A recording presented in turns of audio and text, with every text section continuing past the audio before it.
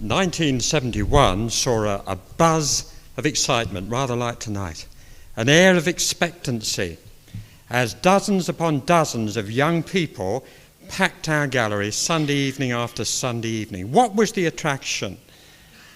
The preaching of the word in the power of the Spirit. Young people were seeing the relevance of God's word to the sharp end of day-to-day living. Minds were being stimulated to seek out his truth.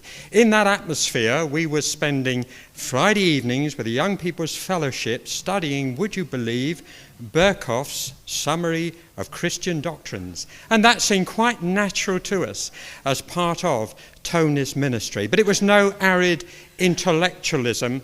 We'd been fired with truth to tell. And so evangelism made up much of the ministry amongst the young people. You've heard about some going to Belgium with Michael Fleming, others working amongst boys and girls. Many other areas the young people were out telling the good news.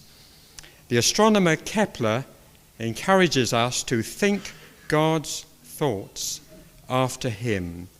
Tony's ministry set many a young person along that line of ultimate adventure.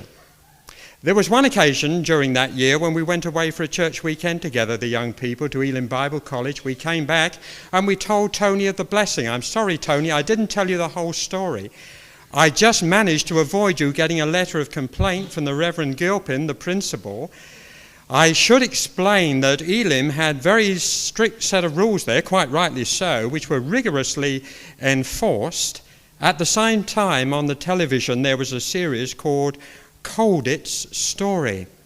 Someone during the night had done some work on the outside of the building, and when the principal arrived, he found it decorated with toilet tissue and a big notice that said, Gildit's Castle. Now, I believe the perpetrator of that act is going to speak to you later on this evening. Their secret's safe with me, Nigel. So, Tony, he's the one to speak to.